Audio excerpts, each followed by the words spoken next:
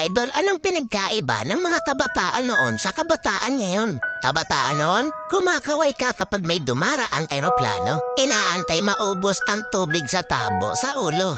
Ginagawang swimming pool ang tanggana ni nanay. Ginagawang braces ang foil ng choknat. Maliligo ka sa alilod ng bubong kapag umuulan. At kapag gabi naman, akala mo sinusundan ka ng buwan. Nagko-concert sa harap ng electric pan. Kabataan ngayon, ang problema ay pera at cellphone. Ang problema lang namin noon kung paano makatakas sa bahay para di matulog ng tanghali. Umatiman kami sa palo, aminin natin mas maraming nire-respeto na magulang sa panahon noon kaysa ngayon. Mga kabataan ngayon, isang chat lang, may jowa na. Kami noon sa claims lang umaasa. Broken-hearted, papad friends ang resulta.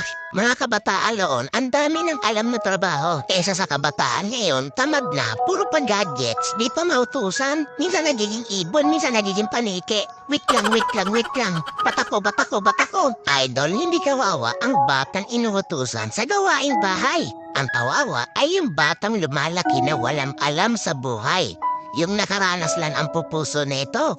Real talk yan.